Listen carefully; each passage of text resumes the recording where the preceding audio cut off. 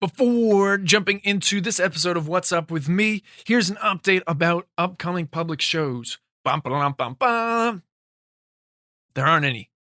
None right now, but if you want to stay up to date on the next upcoming Curbside Comedy show or comedy show with me in it, head to my website, connorkfietchain.com, and sign up for my newsletter right there on the homepage of the website.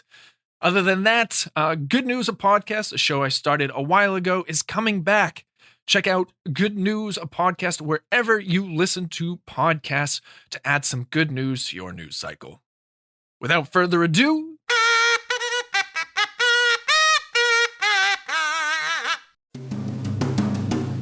welcome to What's Up With Me.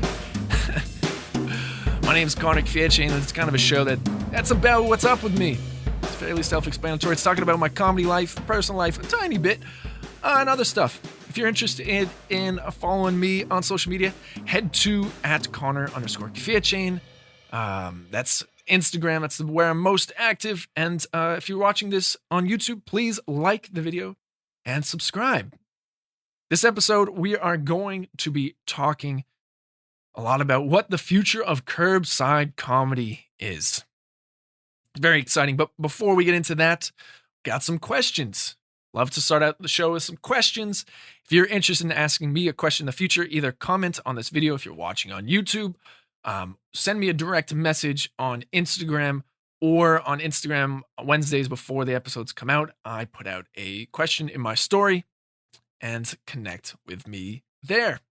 First question I got this week, a little bit of backstory before I say it. I've read, I think it was just before the last episode came out. So just over 2 weeks ago, I started reading Harry Potter, and I am now on the 5th Harry Potter book. So I've been reading up quite a storm. Friends who know me know that. So someone asked me, has he who must not be named returned? And for those of you who don't know Harry Potter, what? But to answer the question, I do not believe Voldemort has returned again. I asked for clarification with this question. I said, do you mean now in present day or in the books? And he said both. So I don't believe Voldemort has returned again. In the books, I'm on the 5th book. Spoiler alert. Yeah, Voldemort has returned. But the ministry doesn't believe it. Neither do all the people at Hogwarts. So controversy ahead, but I think we're in the clear now in 2020. In the clear of Voldemort, but not necessarily other things. Another question. That was from Derek Tahara, my good buddy from college. Next question is, what do I think about what is/isn't in the Harry Potter movie? And how's the family? That question is from Matt Gady, who started Good News podcast with me back when it started in 2017. Definitely check out that show. I appreciate everyone supporting the Kickstarter campaign. Again, you can find that information on my website. Trying to raise $3,500 to keep that show going. Talk a little bit more about it a little bit later on. But what do I think about what is or isn't in the Harry Potter movie? One, I will say to anyone who says they like Harry Potter and never read the books, you don't know if you really like Harry Potter. You don't. Because my firm belief is the books are so much better than the movies.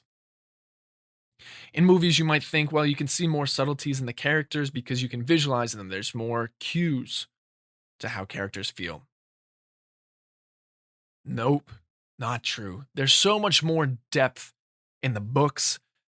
For instance, the way that the Elder Wand in the 7th movie, spoiler alert, is just snapped.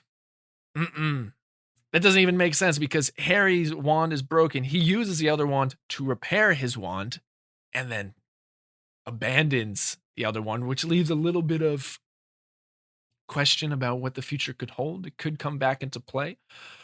But in the movie, he just snaps it in half. Doesn't make much sense. And in the 4th book, which I just read, Dobby the house elf, or Dobby as some might say, plays a big role. In movies, he doesn't. There's this whole thing about house elf equality that's overlooked. So there's a lot of nuance, a lot of storylines that are overlooked. So I think the books are far superior. It also ends the debate, in my opinion, about whether Harry should be with Hermione or with Ginny. Very clear from the books that I believe Harry and Ginny should be together. If you disagree, connect with me. How's my family, though?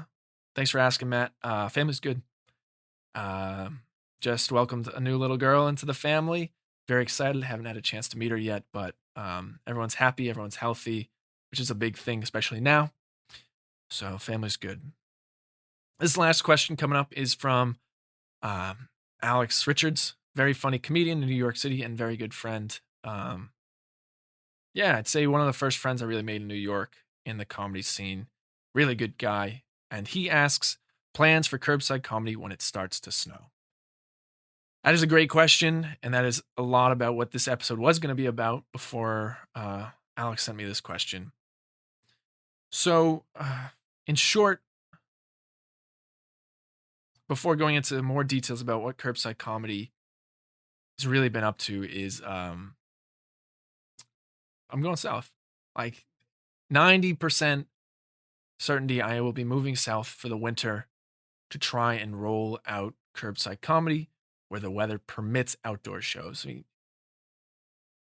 New York, the whole Northeast, the whole northern part of the country, it's going to be really hard to perform safely during the winter.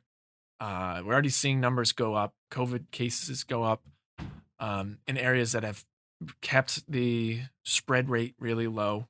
And in these places, a lot of people have been performing outdoors. But if you've lived in the Northeast as long as I have, you know, unless you're into snow activities, it's going to be really hard to get people to sit outside for an hour plus. So the only logical thing seems to be to go south or to not perform for 3 to 6 months. And that's just something I don't want to do. Trevor right now, who I do Curbside Comedy with, Trevor Glassman. If you don't follow him on social media, please check him out. Very funny guy. We're not moving together as of right now. Talked a lot about it. And I think it's, I mean, I'll just speak for me. I had been thinking about moving south for a long period of time. When I moved out of New York and into Rhode Island, I strategically signed a short-term lease, 3 months, with flexibility going month to month after that, with the thought that it's just, you're not going to have outdoor shows in the Northeast. Maybe you do with heaters. Maybe you do in some places that allow indoor stuff, but it just doesn't feel safe for me if I'm visiting family. So yeah, that's the plan for Curbside Comedy with me. Trevor may carry it on in a different way up here. But I'm not going to speak for him. He'll speak for himself. He'll speak for himself very funnily on social media. Yeah, that's the thought. And if you know me and have been following the channel, you know that I think Curbside Comedy is much more than this idea that it's been so far. Right now, it's kind of a 2-person show. Trevor and I go Curbside Comedy. We show up, we do our thing, have a few laughs, and earn some money for charity. But I really think Curbside Comedy could be a whole lot more. I think booking, the rate and the velocity of bookings can be increased, and I'm brainstorming a lot around that right now. And if things come together in the way that I'm brainstorming, I'll share more about that in the future. But I don't want to say something is before it really is. But yeah, the plan is to go south. And that seems like the right idea right now. Not just for me personally, but I think the audience is dictating that. People who I was hoping to get one more show in before snow started to fly have already come back and said, hey, we're just not interested right now. It's cold. It's getting darker earlier. So we will pass, but, reach back out in the spring. So the audience was dictating that move, which with that feedback already coming in, shows have really slowed down. We've had only two private shows since the last episode came out 2 weeks ago. It's one of our longer, slow periods. And I want to talk more about what I've been doing with those extra 2 weeks momentarily. But I want to share the story of these two shows. We did a show for Westerly Housing Authority in Rhode Island. We went down with Curbside Comedy. We did back-to-back shows because they had two different properties. In the Westerly, this organization manages properties for retired individuals that still live independently. It's an independent living facility. And we show up, and I would say Trevor's great. I felt like I had a rough show. He said, I couldn't tell that you were thinking a lot in your head, trying to, feeling like you're off, you were doing your thing. And that's always the goal. Like, you got to project confidence all the time on stage. You just got to. So the fact that I was worried was not coming through was very good, but I just didn't get the laughs I thought I would get. And if you know me, you know that I work clean. For the most part, I might use one or two expletives in there, but I work clean.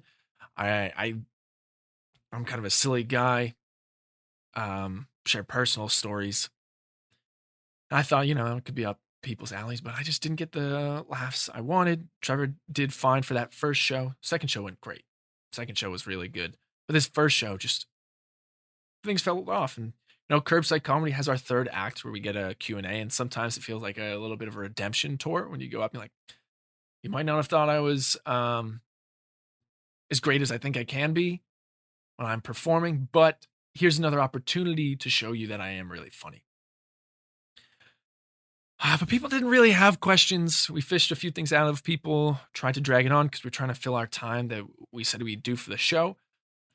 And someone had told me that, the community has shuffleboard. They play cornhole. So I asked, who's the best shuffleboard player here? 3 people raised their hands. I said, oh, it sounds like you guys got to have a competition. And they go, oh, yeah, we team up. It kind of depends on who's playing with who's better that day. And I just go, how do you choose teams? And this woman who didn't seem fully engaged during my set, or maybe just wasn't, enjoying my jokes as much, she just goes, they choose based on cleavage. I was like, oh, maybe this audience didn't like me as much as I thought they might have because they wanted something much raunchier. This group of elderly senior citizens, they're young at heart, just laid that out there. I was really taken aback. It was one of those moments where, like, funnier than anything I could have said. Plus, you can get away with it and I can't. And then wrapping up the show, I always say, thank you so much. Please give yourself a round of applause because there's no live show without a live audience. And the same woman just goes, we're only half alive. And I swear that as soon as she said that, an oxygen truck pulls into the parking lot of this community. And I just lost it. I was like, oh my goodness, they wanted something darker. They wanted something else. So, and that's why you perform. That's why these things are great. You never know what you're going to get back from these audiences. Yeah. Yes. But that was the other show. Like I said, the Westerly Housing Authority went really well. I felt like, went as well as I could have. But like I said, between the last episode and now, we've only performed twice. 2 shows. So what have I been doing? I've actually been using that time to strategize about that move going south. And really trying to figure out how to brand the show properly. Not the show. Curbside Comedy is not a show. How to brand the business properly. Because people are still confused. People still don't get that Curbside Comedy is about how we're bringing comedy to people, not necessarily the show itself. At least the way I see it. That's the way I see it. So I've been going through this giant branding worksheet about mission statements, values, customer personas, competition. All these things are helpful to know so that I can communicate what curbside comedy is to other people. And this is going to weigh a lot into, potentially how the show, how the business grows in the future. But there are three things that I think are important, three things that I think are crucial for people to know to understand what curbside comedy is and the vision that I see for it. And it's the three pillars of the show. First pillar, as it should be for every comedian, be funny. That's it. Some people say it's more important to be interesting than it is to be funny. While that's a solid argument, and I do believe that in a lot of ways, if you're just interesting and you're not funny, you're a storyteller, not necessarily a comedian. You gotta be funny. So that second pillar number 2 is supporting the artists, supporting the comedians, and specifically supporting up and coming comedians, people who are maybe not earning what they should be, even though they're funny, because they just don't have the opportunity to tour, to work in clubs right now, because there's so many people vying for those spots. Not everyone who deserves an opportunity has the opportunity. So Curbside Comedy supports the arts, supports the comedians financially and with show opportunities. That's the second pillar. The third pillar of Curbside Comedy is supporting communities, whether that's national communities, local communities, neighborhoods, whatever. It's important giving back in some way. And I think as the show grows, it's going to get more niche to supporting specific communities. And the more we connect with those communities, hopefully the better the show does. The more people who understand what it is, the more it resonates with people and what they believe in.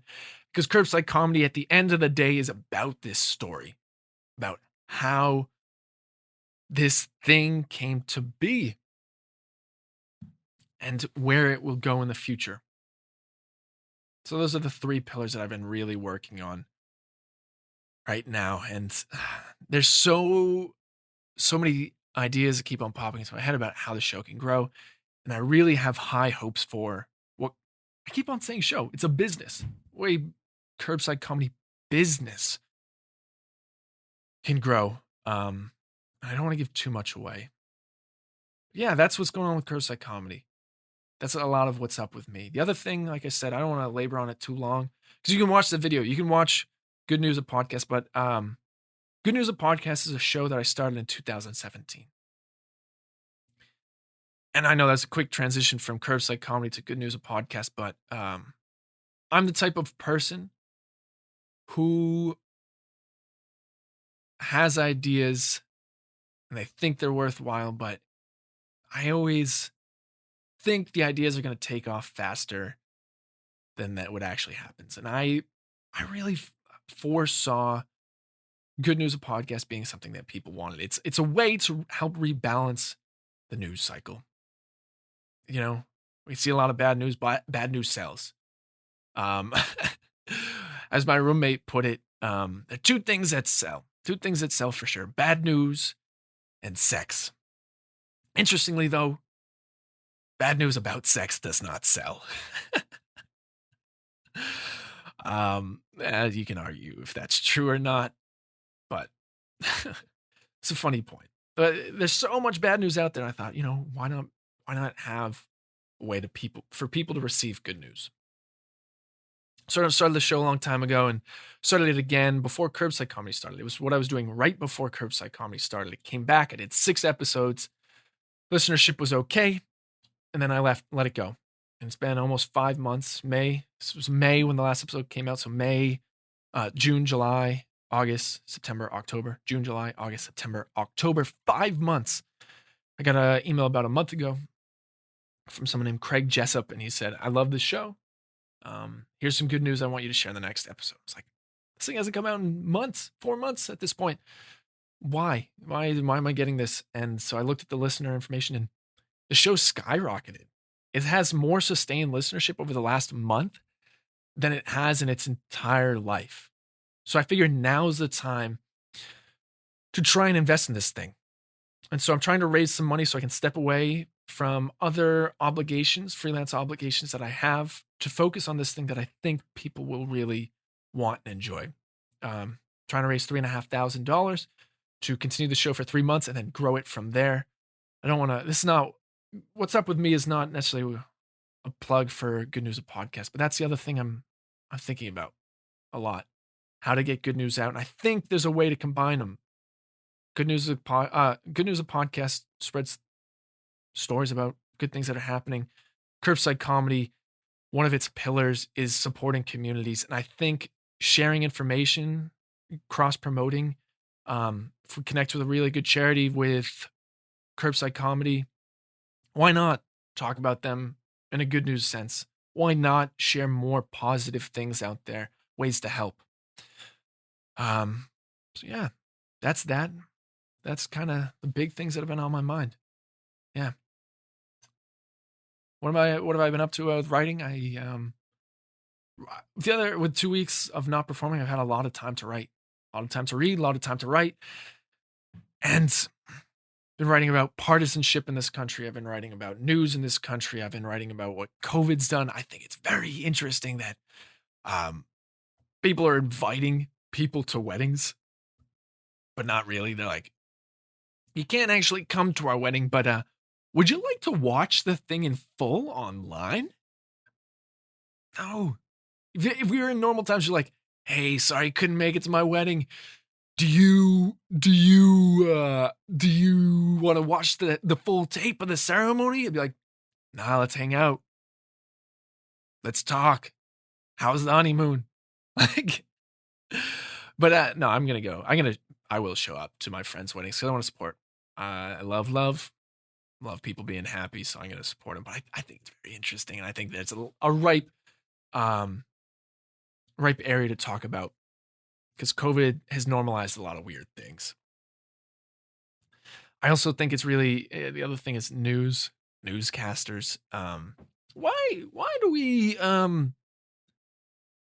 do we cover hurricanes the way we do?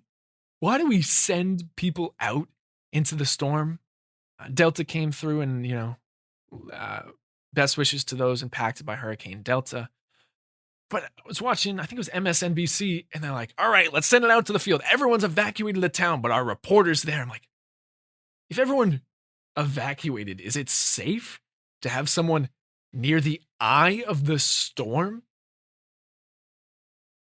No, it's like, literally one of the things was, imagine being out there. It's kind of like being on a speedboat and that water's hitting your face, but you're going 100 miles an hour. I'm like, shouldn't be on that boat. Shouldn't be doing that. I think hurricanes, we can see it before and after, and, spread news to people about what to do without needing to be in the eye of the storm. Literally the eye. They're like, you should be in the worst of it right now. That eye wall is hitting you. I'm like, don't. What are you doing? So thinking a lot about that. Premises, not necessarily jokes. Yeah. That's what's up with me. Trying to figure a lot of stuff out, trying to figure out the way forward. Thinking a lot about Curbside Comedy, what it can be in the future, because I believe in it. I'm still trying to be funny.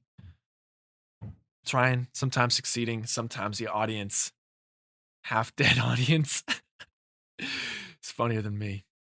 Yeah. Alex, Derek, Matt, thank you for the questions.